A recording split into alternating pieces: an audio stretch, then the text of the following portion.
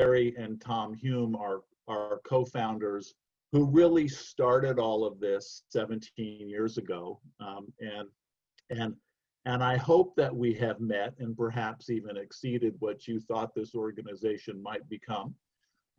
It is an extraordinary example of your dedication and foresight and ability to manage and direct this organization over the years, as well as you have the vast majority of nonprofits in this country.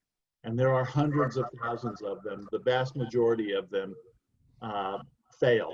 And those nonprofits don't, and most nonprofits don't begin to accomplish in the short history what you both have led this organization to accomplish, and every JM family in America and around the world for that matter owes an extraordinary and huge debt of gratitude to the two of you for pulling that off, let alone helping us pull off Walk Strong Across America. But every family in America and around the world owes you a great debt of gratitude for what you have done in founding this organization and leading it to 17 years of success.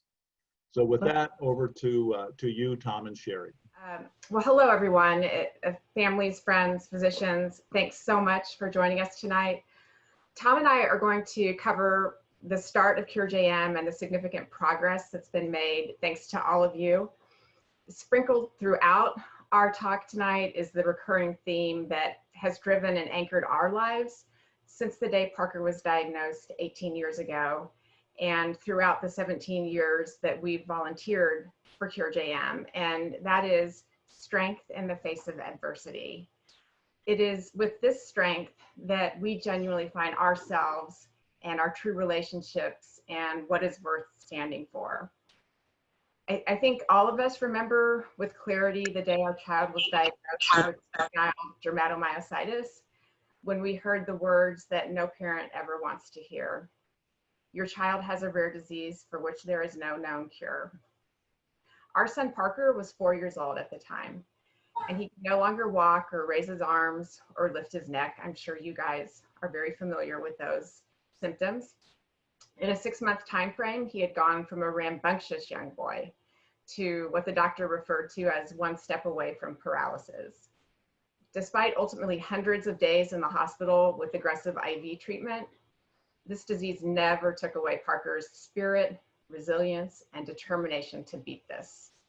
Again, I know you guys are very familiar with that as well. His strength in the face of adversity empowered us. Every night I would tuck Parker into bed and I would go up and whisper to him, "Parker, we will find the cure."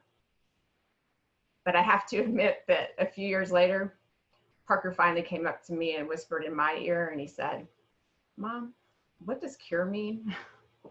So what we did is over the next few years, we just buried ourselves in research, and we learned what we learned basically in 2002, that research and support groups and awareness seemed really just as rare as JM itself.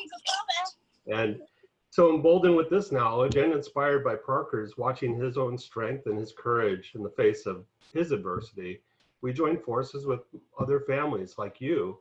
And thankfully we founded CureJM, and we were fueled by just our hope, our purpose, our passion. And so that same, in the face of adversity was coming forth again. And it's funny, Jim mentioned how the success of nonprofits, and we heard that very early on, that most nonprofits fail or stall within the first few years, and yet we knew we had to keep going, and the stakes were just too high. Yeah. So working on this organization 24/7 in the beginning with young kids would shake us to the core, but we were determined to give a voice to the voiceless, stand up for those who could not stand, and show strength for those who did not have physical strength, but clearly had more internal strength than we could ever hope to have. So we literally started at our kitchen table, hand-folding brochures and manually entering patient information.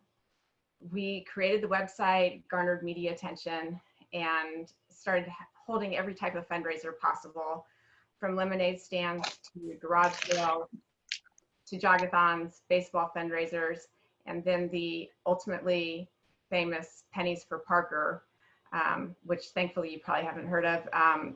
Don't ever do this, because we collected pennies at Parker School and didn't realize how much pennies weigh when you get a lot of them. And so the school got behind this fundraiser. I went to pick up the pennies and I had to bring many, many rolling suitcases to take them from the school. Then when I took them to the bank said, oh, you have to count the pennies. We can't take them, and you have to roll them into rolls. And so then we had to buy a coin counter from Craigslist.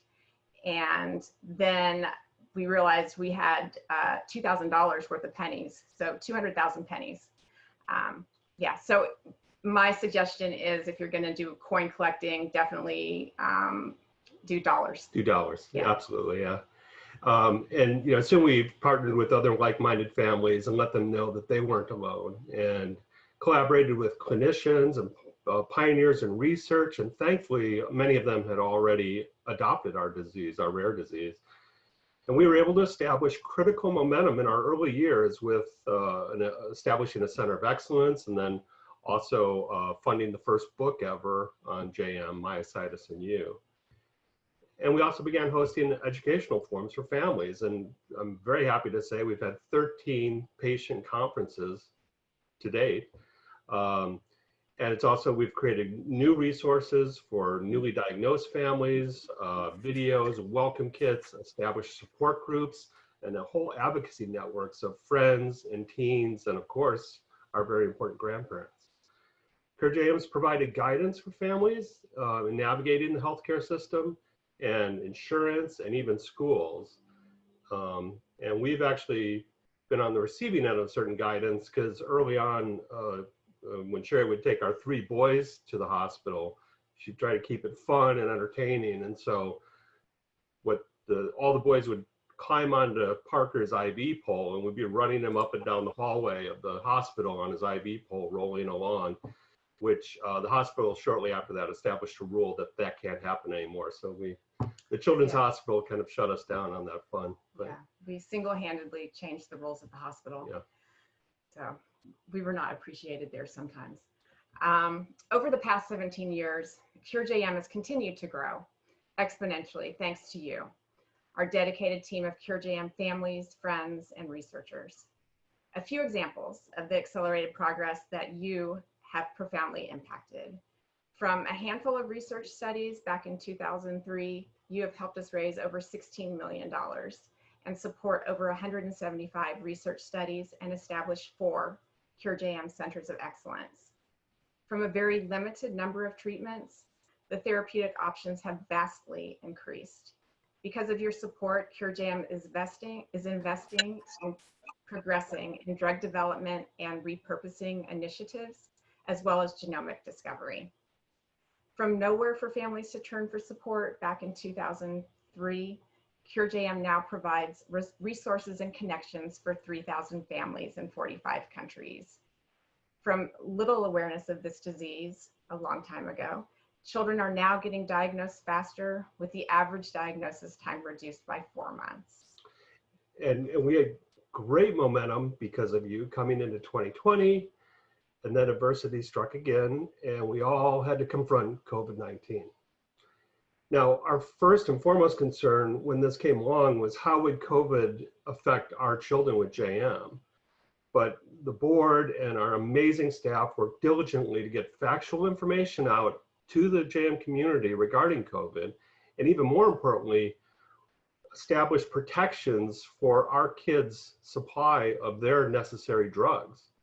So, but as COVID continued on, and is continuing on, there was a panic moment. We realized this could potentially be devastating from a fundraising standpoint, due to canceling our signature Walk Strong events that have become well established in many different cities throughout the country. But once again, in the face of adversity, this team jumped into action and developed a plan for Walk Across America. And once again, in the face of this adversity, you guys did it. You did it throughout this past month, finishing up this weekend. As Jim said, the initial goal was 600,000. You know, we're getting almost up to 700,000 because we actually had a stretch goal. I think we're probably about 75,000 away from even the stretch goal.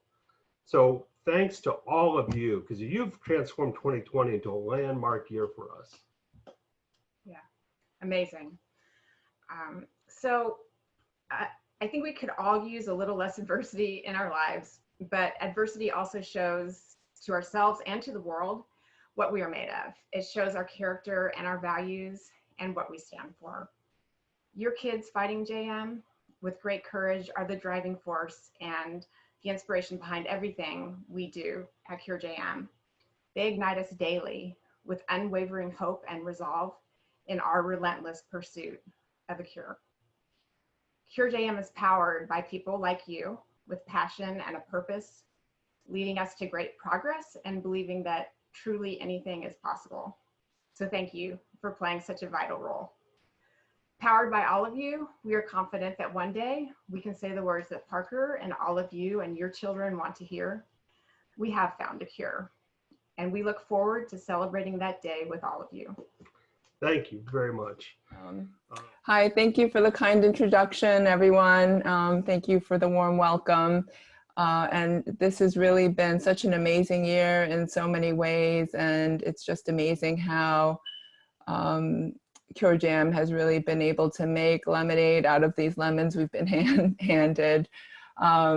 It's really a great privilege and honor to be here today, and I'm so thrilled to congratulate Cure JM leadership and families on the great success of this year's fundraising efforts.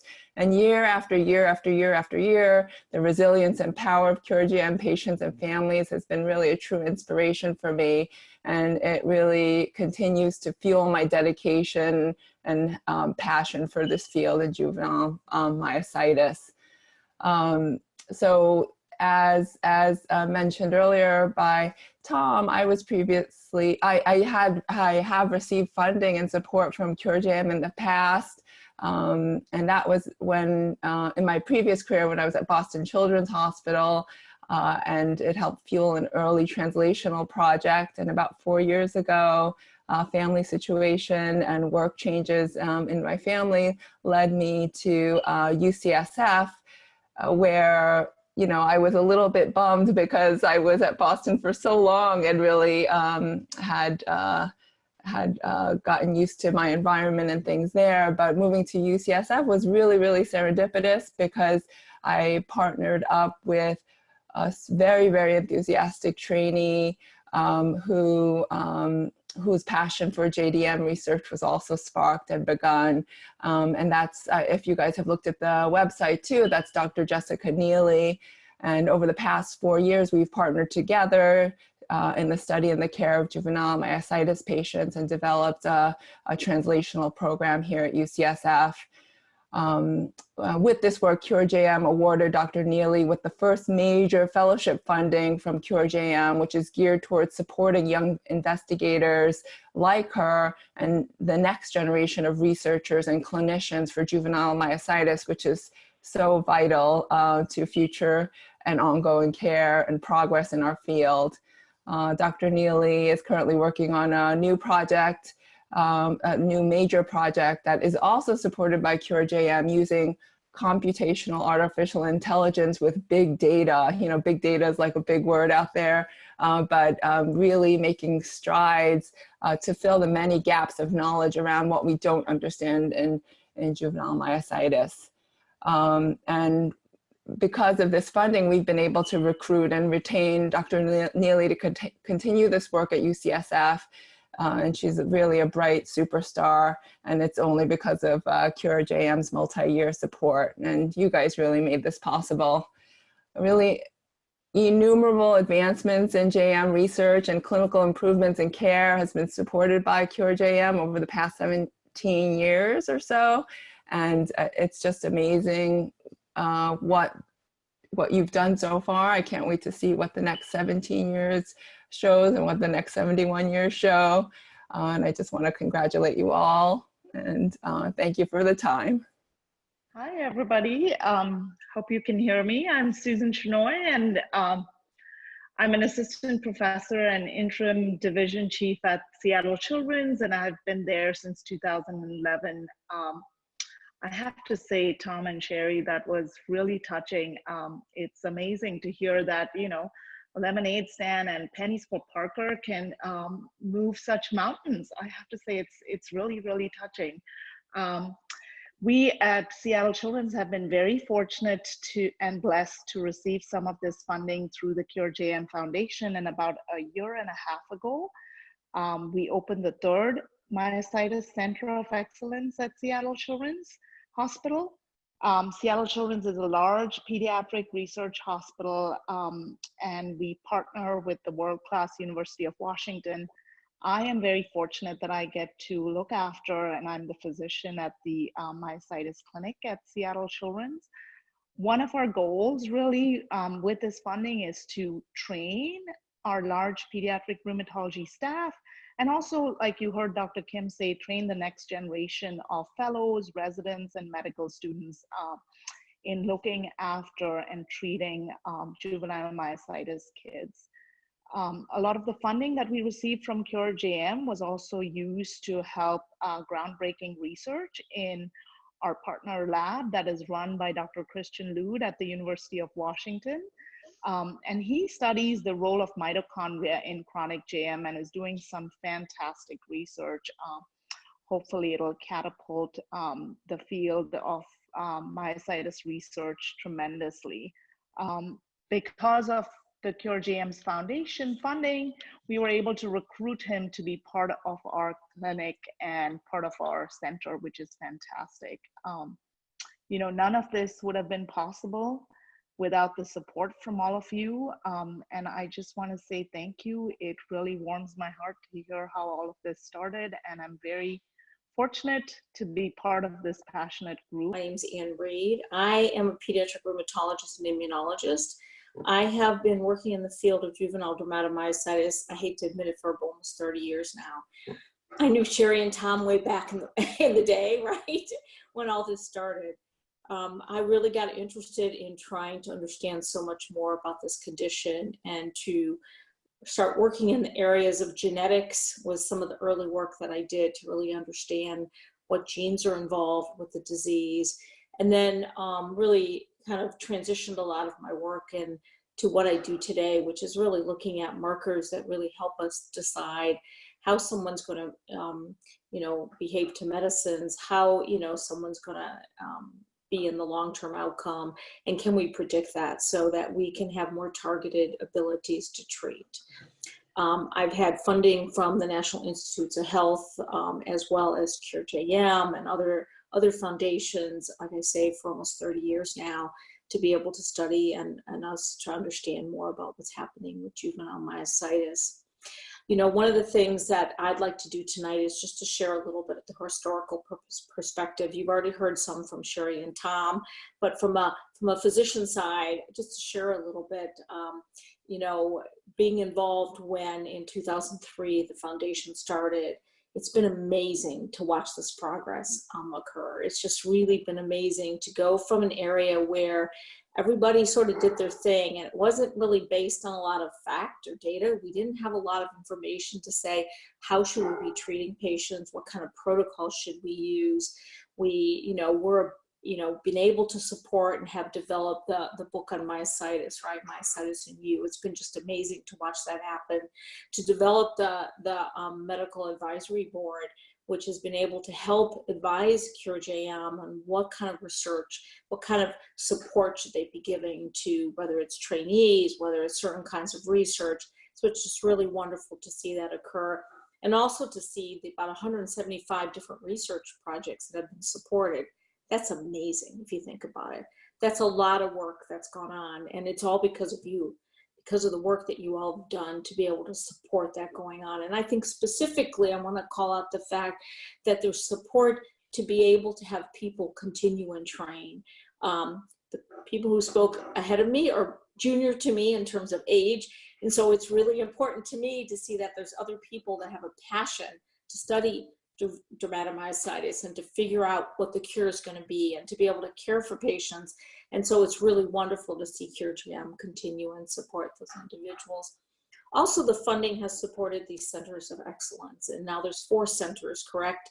There's Lurie's Children's, there's Seattle, there's George Washington in DC, Washington, DC, and then Duke is the 4th. And I think for us, what this has allowed us to do is to actually we have 3 what we consider experts in juvenile myositis at our institution. And it allows us to really look at everything about a patient in terms of my work, in terms of markers of disease activity, Kaveh Arlan, who's really looking at behavioral and mental health effects, you know, what's happened to children who've had the condition. And then Jeff DeVersten, who's really gone into the laboratory to look at what we call metabolomics, look at a lot of the changes that are going on in the way your energy is in the body. And it allows us now to have a very comprehensive look at dermatomyositis and to be able to care for patients. And so I just think you all should be incredibly proud of this. I mean, this is really amazing. And as has been said before, so many foundations don't make it, and you have made it with gold stars. I mean, you've done an amazing job overall. And it's because of you, all this progress. And so really it's you saying yes to believing in the mission and contributed. So congratulations. And I'm so thankful to be part of this. And I'm so proud to see everything that's come on. Thank you, Anne. I appreciate that so much. And I'm going to come back in a couple of minutes with a couple of closing remarks. But I think we have a short kind of celebratory video with some videos and shots of really what occurred yesterday in Walk Strong Across America.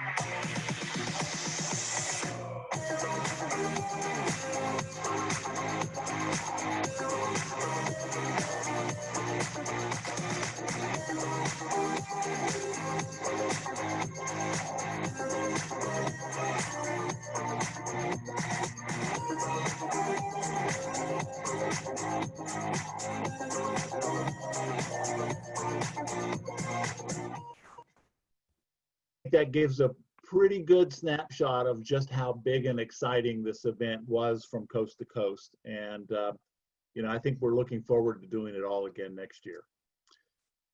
You know, in terms of what this means for CureJM, and Tom and Shari touched upon this a little bit, and you heard, of course, from 3 of our most distinguished researchers.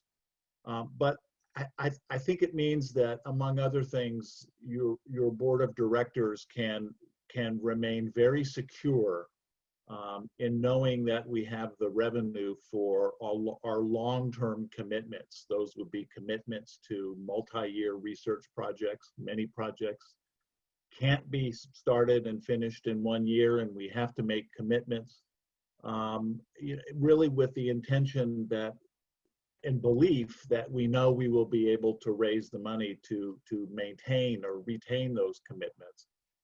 And our success in this campaign certainly means that we can do that. We have $1.4 million in commitments outstanding that have to be paid prior to next June of 2021. And so this $675,000, hopefully $750,000 will go a long way to making sure that we have the revenues to be able to honor those commitments. We also will have any number of new projects to be considering in our next grant cycle. So we'll be adding additional commitments on top of those, fundraising staying as strong as it has been, and the intention that and expectation that it will. And for those of you who were on some of our recent calls, you know, you've learned about some of the great progress that we've made in identifying biomarkers, for example, as predictors of flares, or the great progress that we've made at NCATS, at NIH, National Center for Advancing Translational Sciences, in the identification of some 24 JAK inhibitors and other potential drug inhibitors that have great promise in treating juvenile dermatomyositis, and which also need to be moved into small human clinical trials, especially for those drugs and those inhibitors that can be used off-label. They're already approved by the FDA for other indications, and possibly and hopefully can be added to the repertoire of drugs that are currently in use for this disease. Anne mentioned that Duke is now our 4th clinic. I know that many members of our board, including Tom and Shari, and I also want to mention Suzanne Edison, who is the co-chair of our research committee, you know, are very focused on our ability to expand the quality of care in areas around the country, which we would like to better serve in order to reach more families around the country. We have a number of new institutions that we've brought on in recent years. There are a number of candidate institutions that I think are sort of on the short list, if you will, for additional support from CureJM, and that's very much what the future holds for us as we look to our ability to fund the improvement of quality care at those institutions, as well as research, not only in the U.S. but in Europe and the United Kingdom, where we've also been funding programs for many years.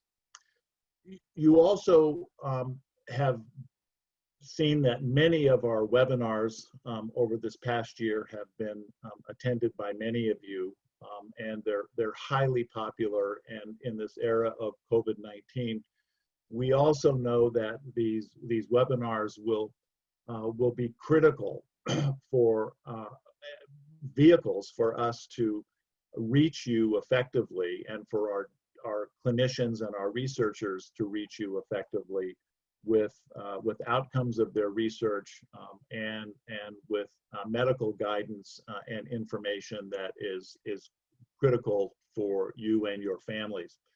We anticipate doing many more of these in the future, and really expanding the whole areas of medical science in juvenile dermatomyositis that we'd like to be covering. The next one is coming up July 26th, and actually Dr. DeBergston and Dr. Ardalan will be doing this on predictors of flare. So please put that on your calendar, and it's our intention to be doing one of these webinars a month across the country as we believe, until we're able to begin to meet again, to hold conferences again, for chapters to meet again. This will be the best way for CureJM to be reaching all of you with information that's critical to your families and your loved ones' health. The success of this program means that we can remain our trajectory. And that we can do even more for CureJM families than we've ever done before. So the impact of what you have done over this past month cannot be understated. We were very worried that COVID-19 could really halt our progress for some unknown period of time. We needn't have worried.